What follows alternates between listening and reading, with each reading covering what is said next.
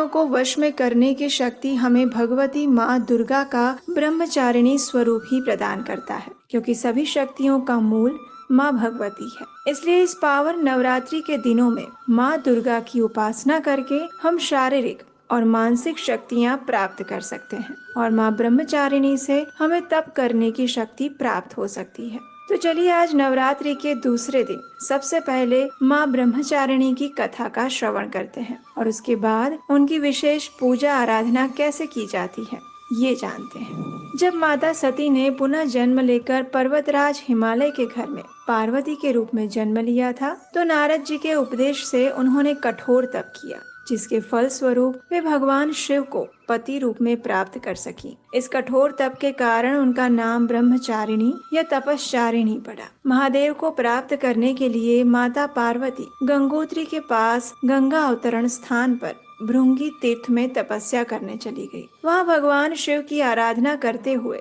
उन्होंने 10,000 वर्षों तक केवल फल कंदमूल खाए और 100 वर्षों तक शाक खाकर जीवित रही। इस प्रकार कठोर उपवास रखकर और वर्षा तथा धूप को सहते हुए तपस्या करती रही। उसके बाद उन्होंने 3,000 वर्षों तक गिरे हुए सूखे बिल्व पत्र खाए और भगवान शंकर की आराधना करती रही। उसके बाद तो उन्होंने वे सूखे बिल्व पत्र खाना भी छोड़ दिया। इस प्रकार निर्जल और निराहार रहकर वे कई हजार वर्षों तक तपस्या करती रही।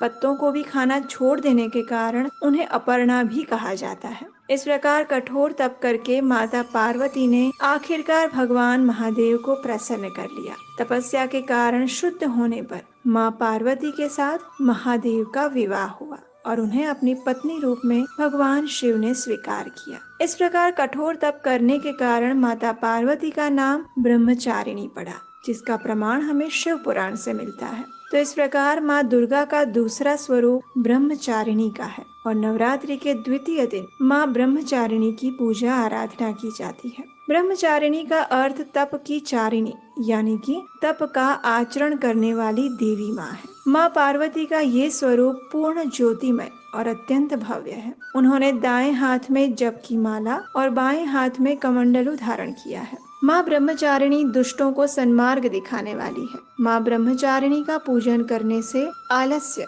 अहंकार, लोभ, असत्य, स्वार्थ और ईर्ष्या जैसी दुष्प्रवृत्तियाँ दूर हो जाती है। उनका स्मरण मात्र करने से एकाग्रता और स्थिरता आती है। साथ ही विवेक, बुद्धि और धैर्य में भी वृद्धि होती है। माता की भक्ति करने से व्यक्ति में तप की शक्ति, त्याग, सदाचार, संयम और वैराग्य जैसे सद्गुणों में वृद्धि होती है। आइए अब हम देवी भगवती से जुड़ी एक और पौराणिक कथा का श्रवण करते हैं। एक समय व्यासदेव ने राजा जन्मेजय से इस कथा का वर्णन किया था और वो कथा इस प्रकार है। अनेक वर्षों पूर्व हयहय वंश में एक राजा हुए थे। उनका नाम था कार्तवीर्य। धर्म में सदा तत्पर रहने वाले उन बलशाली राजा की 1000 भुजाएं थीं, अतः लोग उन्हें सहस्त्र अर्जुन भी कहते थे। उन्होंने दत्तात्रेय जी से मंत्र की दीक्षा ली थी और उस समय वे भगवान विष्णु के अवतार माने जाते थे। भगवती जगदम्बा उन नरेश की इष्ट देवता थी। वे परम सिद्ध, सब कुछ देने में समर्थ और भृगुवंशी ब्राह्मणों के यजमान थे। इस परम धार्मिक नरेश का अधिकतर समय दान करने में ही व्यतीत होता था। उन्होंने बहुत से यज्ञ किए थे और प्रचुर संपत्ति ब्राह्मणों को बांट दी थी। उस समय राजा कार्तवीर्य के दान से वे भृगुवंशी ब्राह्मण अत्यंत धनी कहलाने लगे थे। घोड़े और रत्न इत्यादि की प्रचुर संपत्ति के कारण विश्व में उनकी अपार ख्याति हो गई थी। जब राजा सहस्त्र अर्जुन का स्वर्गवास हो गया तो उसके बाद हयहय वंशी क्षत्रिय बिल्कुल निर्धन हो गए। एक समय इन सभी क्षत्रियों को धन की आवश्यकता पड़ी और इस धन को मांगने के विचार से वे उन सभी भृगुवंशी ब्राह्मणों के पास गए। विनम्रता पूर्वक उन्होंने ब्राह्मणों से बहुत से धन की याचना की, किंतु उन लोभी ब्राह्मणों ने कुछ भी धन नहीं दिया। वे बार बार यही कहते रहे कि हमारे पास कोई धन नहीं है। ब्राह्मणों को लगने लगा कि ये हयहय वंशी क्षत्रिय अब हमें अवश्य ही भयभीत करेंगे। इसलिए उन सभी ब्राह्मणों ने अपनी प्रचुर संपत्ति जमीन में गाड़ दी। कई ब्राह्मणों ने अपनी संपत्ति को दूसरे ब्राह्मणों के घर में छिपा लिया। इस प्रकार लोभ के वशीभूत होकर उन ब्राह्मणों का विचार नष्ट हो चुका था। अपने यजमानों को इस प्रकार दुखी देखकर भी वे धन देने के लिए तैयार नहीं हुए। उसके बाद बहुत से है वंशी क्षत्रिय धन प्राप्त करने की इच्छा से भृगुवंशी ब्राह्मणों के आश्रम पर पहुँचे। जब जाकर देखा तो ब्राह्मण तो अपने अपने आश्रम छोड़ के चले गए थे। तब उन क्षत्रियों ने द्रव्य पाने के लिए वहाँ की जमीन को खोदना आरंभ किया और इसी बीच किसी एक व्यक्ति की दृष्टि घर में गाड़े हुए धन पर पड़ी। सबने धन देख लिया था। जहाँ भी पता चला वहीं जमीन खोद कर वे सारा धन ले लेते। धन की लालच में आकर उन क्षत्रियों ने आस पड़ोस के ब्राह्मणों के सारे घर खोद डाले और वहाँ भी उन्हें अन्य संपत्ति प्राप्त हो गई। अब ये देखकर सभी ब्राह्मण रोने और गिड़गिड़ाने लगे। आखिर अंत में उन्होंने क्षत्रियों की अधीनता स्वीकार कर ली। अब उन सभी ब्राह्मणों के घर से अधिकतर धन निकल चुका था। हालांकि वे सभी ब्राह्मण क्षत्रियों की शरण में चले गए थे, लेकिन फिर भी क्रोध के वशीभूत होकर उन क्षत्रियों ने उन पर बाण की वर्षा करना चालू रखा। उस समय कुछ भृगुवंशी ब्राह्मण भागकर पर्वतों की गुफाओं में चले गए, छिप गए। तो है वंशी क्षत्रिय भी वहां पहुंच गए।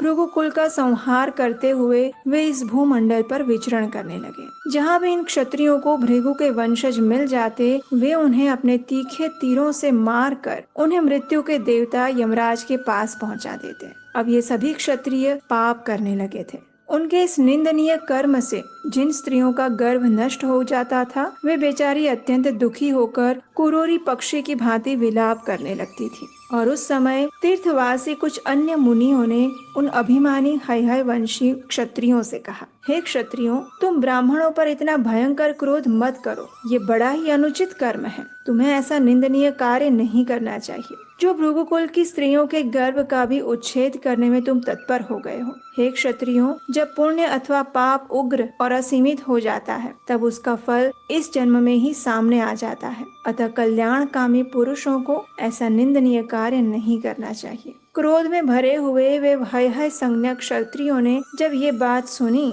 तो उन्होंने उन परम दयालु मुनियों से कहने लगे, आप सब लोग तो साधु पुरुष हैं, ये पाप कर्म क्यों किए जाते हैं? इसका रहस्य आप नहीं जानते। हमारे पूर्वज बड़े महात्मा पुरुष थे। कूटनीति के विशेषज्ञ इन ब्राह्मणों ने उन्हें धोखे में डालकर सारा धन उनसे छीन लिया था। ये सभी ब्राह्मण बगुले के समान हैं। हमने अपने कार्य के लिए जब प्रार्थना पूर्वक उनसे धन मांगा तो उन्होंने देने से इनकार कर दिया। हम तो उनके यजमान हैं। हम महान कष्ट भोग रहे थे और ये बात वे भी जानते थे। हमने उनसे थोड़ा सा ही धन मांगा था, लेकिन उनके मुख से बार बार यही निकलता रहा कि हमारे पास कुछ नहीं है, चले जाओ। धन पास होने के बाद भी उन्होंने हमारी प्रार्थना को ठुकरा दिया था। जब हमारे पूर्वज महाराज कार्तवीर्य ने इन्हें अपनी संपत्ति सौंपी थी, तब किस प्रयोजन से ये उनकी धन की सारी संभाल करते रहे?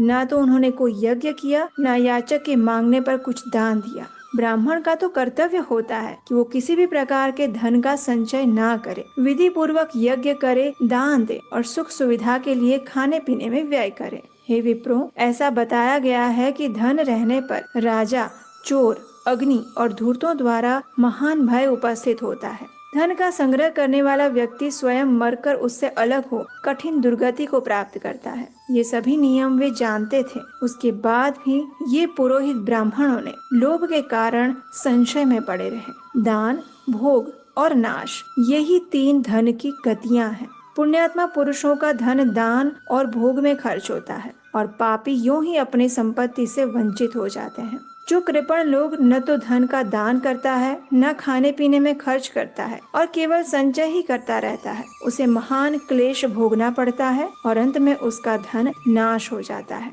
इसलिए हमारे गुरु कहलाने वाले इन अधम ब्राह्मणों को मारने के लिए हम तत्पर हुए हैं। ये बड़े ही धूर्त हैं।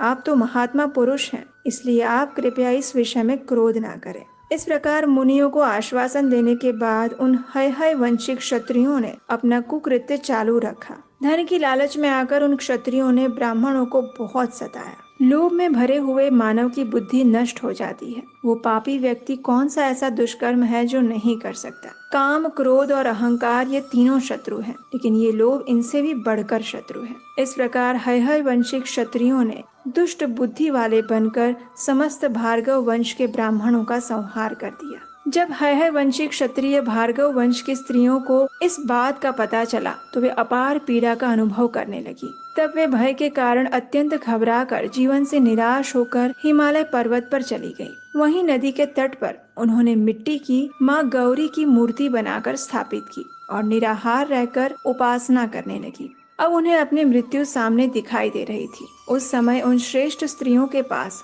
स्वप्न में देवी पधारी और उनसे कहा, तुम लोगों में से किसी एक स्त्री की जांघ से एक पुरुष उत्पन्न होगा। मेरा अंशभूत वो पुरुष तुम लोगों का कार्य संपन्न करेगा। इस प्रकार कहकर भगवती जगदम्बा अंतर्ध्यान हो गई। नींद टूटने पर उन सभी स्त्रियों के मन में बड़ा हर्ष हुआ। उनमें से एक चतुर स्त्री ने गर्भ धारण किया। उसका हृदय भी भय से वंचित नहीं था। वंश वृद्धि के लिए वो वहां से भाग चली। क्षत्रियों ने उसे भागते देख लिया। जब उन्होंने देखा कि तेज से इस ब्राह्मणी का मुखमंडल चमक रहा है, तब वे उसके पीछे दौड़े और कहने लगे, बहुत शीघ्र ही इस नारी को पकड़ लो और मार डालो, क्योंकि गर्भ धारण करके ये यहाँ से जा रही है।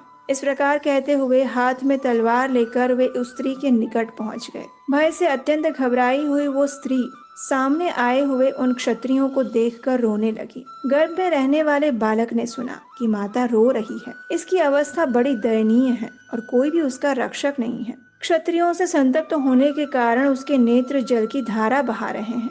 लगता है कि गर्भवती हिरनी सिंह के पंजे में पड़ गई हो। इस प्रकार आंखों में आंसू भरकर कांपती हुई माता को देखकर गर्भ में स्थित बालक के क्रोध की कोई सीमा नहीं रही। वह जांघ चीर कर तुरंत बाहर निकल आया, मानो कोई दूसरा सूर्य प्रकट हुआ हो। उस मनोहर बालक ने अपने तेज से तुरंत ही उन क्षत्रियों के नेत्र की ज्योति को हर लिया। उस बालक की ओर देखते ही मानो वे सभी क्षत्रिय नेत्र विहीन हो गए थे। जन्मांध प्राणी की भांति वे पर्वत की गुफाओं में इधर उधर भटकने लगे। वे समझ नहीं पा रहे थे कि आखिर इस बालक को देखते ही वे नेत्रहीन कैसे हो गए। इससे ये पता चलता है कि इस ब्राह्मणी का ही ये प्रभाव है, क्योंकि इसके पास सतीत्व का महान बल होगा। पतिव्रता नारियों का संकल्प कभी व्यर्थ नहीं हो सकता। दुखी होने पर वे क्षण भर में ही क्या नहीं कर सकती। ये सोचकर वे दृष्टिहीन और निराश्रय हय वंश के क्षत्रिय उस पतिव्रता ब्राह्मणी के शरणागत हो गए। उन्होंने अपनी सुध बुध खोकर दोनों हाथ जोड़ लिए और भय से घबराई हुई उस ब्राह्मणी को प्रणाम किया। उन्होंने ब्राह्मणी से प्रार्थना करते हुए कहा, हे माता, अब आप प्रसन्न हो जाइए। हम आपके सेवक हैं, इसमें कोई संदेह नहीं। पापमय बुद्धि हो जाने के कारण हम क्षत्रियों द्वारा महान अपराध हो गया है और इसी के फल स्वरूप आपकी दृष्टि पड़ते ही हम सब नेत्र विहीन हो गए। हे माते, हम आपकी शरण में आए हैं। अंधा हो जाना मरण से भी अधिक कष्टप्रद होता है, अतः हमें पुनः नेत्र प्रदान करने की कृपा करें। पुनः दृष्टि प्रदान करके हम सब क्षत्रियों को अपना सेवक बना ले और फिर हम शांत होकर अपने अपने स्थान पर वापस चले जाएंगे और इसके बाद कभी भी हम ऐसा घृणित कार्य नहीं करेंगे। अज्ञानवश हमारे द्वारा जो अपराध हुआ है उसे कृपया आप क्षमा करें। हाथ जोड़कर अपने समक्ष खड़े हुए उन नेत्रहीन क्षत्रियों को देखकर ब्राह्मणी ने उनसे कहा, हे क्षत्रियों, मेरे द्वारा तुम्हारी दृष्टि नहीं हरी गई है, ये निश्चित है। मैं तुम पर कुपित भी नहीं हूँ। इसका वास्तविक कारण मैं बता रही हूँ। सुनो, इस समय ये जो भृगुकुल का दीपक बालक मेरी जांघ से उत्पन्न हुआ है, तुम उसी के कोप के भाजन बने हुए हो। रोष में आकर बालक ने ही तुम्हारे नेत्र स्तंभित कर दिए हैं। भृगु के वंशज निरपराधी, धर्मात्मा और तपस्वी थे। जब तुम इनको मार रहे थे तब मेरे गर्भ में ये बालक आ चुका था। इसे 100 वर्षों से मैं अपने गर्भ में धारण किए रही थी। इसने 6 अंगों सहित संपूर्ण वेदों का अध्ययन बड़ी सुगमता से किया है। भृगु वंश का उत्थान करने के लिए वो प्रकट हुआ है और वो गर्भ में ही सुशिक्षित हो चुका है। यही पितरों के वध से कुपित होकर तुम्हें मारने के लिए उत्सुक हुआ था। मेरा ये पुत्र भगवती जगदम्बा की कृपा से उत्पन्न हुआ है और उन्हीं के दिव्य तेज से तुम्हारी आंखें देखने में असमर्थ हो गई है। प्रार्थना करने पर यदि मेरा ये बालक प्रसन्न हो गया तो वो तुम्हें नेत्र ज्योति अवश्य वापस प्रदान कर देगा। अब उस समय वो बालक एक श्रेष्ठ मुनि के रूप में विराजमान था। ब्राह्मणी की बात सुनकर हय वंश के क्षत्रियों ने उसके चरणों में मस्तक झुका दिया और बड़ी नम्रता के साथ नेत्रों में ज्योति पाने के लिए वे प्रार्थना करने लगे। उनकी प्रार्थना से वो मुनि कुमार प्रसन्न हो गया और उनसे कहने लगा, हे राजाओं, ठीक है, आप मेरी कही हुई बात पर विश्वास करके अपने घर लौट जाइए। दैव ने जो कुछ भी निश्चित कर दिया है वह अवश्य होकर रहेगा। इस विषय में कोई शोक नहीं करना चाहिए। सभी ऋषि लोग पहले की ही भांति सुख पूर्वक समय व्यतीत करें। जितने भी क्षत्रिय हैं वे सब भी क्रोध त्याग कर आनंद पूर्वक अपने अपने राज्य में लौट जाएं। इस प्रकार उस तेजस्वी बालक के उपदेश देने पर हय वंशिक क्षत्रिय आज्ञा लेकर अपने अपने स्थान पर चले गए। अब उनके नेत्रों में पूर्ववत ज्योति आ गई थी। अब वे देखने लगे थे। ब्राह्मणी भी तेजस्वी और पृथ्वी के रक्षक के रूप में प्रकट हुए उस दिव्य बालक को लेकर अपने आश्रम में वापस आ गई। बड़ी सावधानी से वो उसका पालन पोषण करने लगी और इस प्रकार उस बालक ने भृगुवंशी ब्राह्मणों के वंश की रक्षा की। ये ऐसा बालक था जो कि भगवती देवी ब्रह्मचारिणी यानी माता पार्वती के